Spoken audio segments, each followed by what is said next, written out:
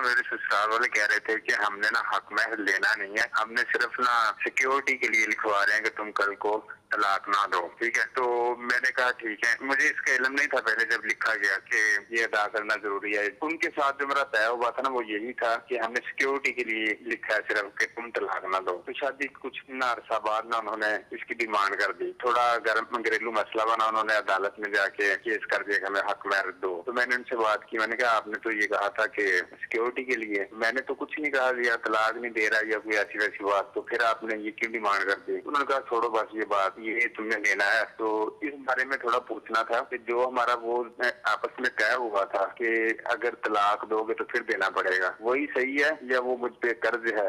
اب یہ کہہ رہے ہیں کہ نکاح میں مہر رکھا تھا اور مہر زیادہ تھا، انہوں نے کہا کوئی مسئلہ نہیں، سیکورٹی کے لیے ہم رکھ رہے ہیں کہ کل کو تم جو ہے طلاق نہ دو۔ عمومی طور پہ جو زیادہ مہر رکھا جاتا ہے اس کی وجہ عام طور پہ یہی ہوتی ہے کہ کیونکہ شوہر اگر طلاق دے گا تو اس صورت میں اس کو مہر دینا پڑے گا، طلاق دینے سے پہلے سوچے گا۔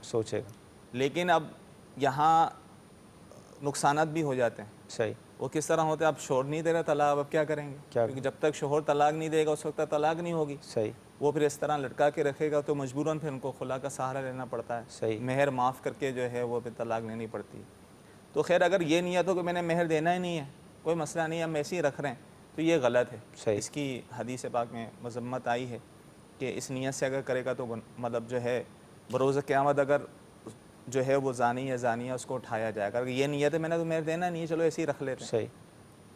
اور اگر ان کا یہ طے ہوا تھا ٹھیک ہے مہر بعد میں دیں گے، طلاق کی صورت میں دینا پڑے گا، تو اس صورت میں یہ ہے کہ اب اس سے پہلے وہ مطالبہ نہیں کر سکتے۔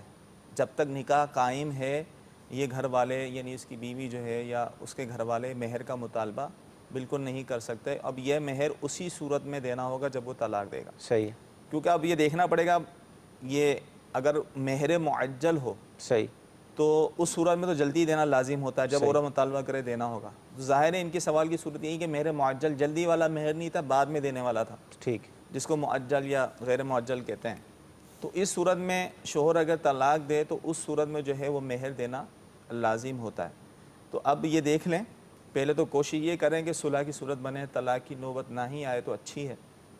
اور اگر بالفرض یہ قدم اٹھاتے ہیں طلاق کا، اللہ نہ کرے، تو اس صورت میں جو ہے ان کو مہر شرعی طور پہ دینا ہوگا۔ ٹھیک ہے۔ اور اگر لڑکی والے مطالبہ کر رہے ہیں، اس طرح مطالبہ کر رہے ہیں کہ ٹھیک ہے ہم اپنا مہر معاف کرتے ہیں، لڑکی کہتے ہیں میں اپنا مہر معاف کرتی ہوں، اس کے عوض آپ مجھے طلاق دیتے ہیں، صحیح، پھر اگر وہ طلاق دے گا تو پھر مہر نہیں دینا پڑے گا۔ صحیح، اگر عورت نے صرف مطالبہ کیا مجھے طلاق دو، اس نے طلاق دے دی تو اب مہر دینا پڑے گا۔ صحیح، تو لوگ یہ سمجھتے ہیں کہ بھئی عورت کے مطالبے کو خلا کہتے ہیں۔ صحیح، عورت کے مطالبے کو نہیں بلکہ خلا کہتے ہیں کہ مال کے بدلے میں نکاح کو ختم کرنا۔ ٹھیک ہے، عورت مہر معاف کر کے یا مال دے کر کہے کہ مجھے آپ چھٹکارا دیں، میں یہ معاف کرتی ہوں، تو اس صورت میں اگر شوہر جو ہے وہ طلاق دے گا تو اسے مہر نہیں دینا ہوگا۔ اس کے علاوہ اگر طلاق دیتا ہے خود سے ہی تو جو بھی جتنا بھی حق مہر رکھا تھا وہ اس کو دینا لازم ہوگا۔ ٹھیک ہے۔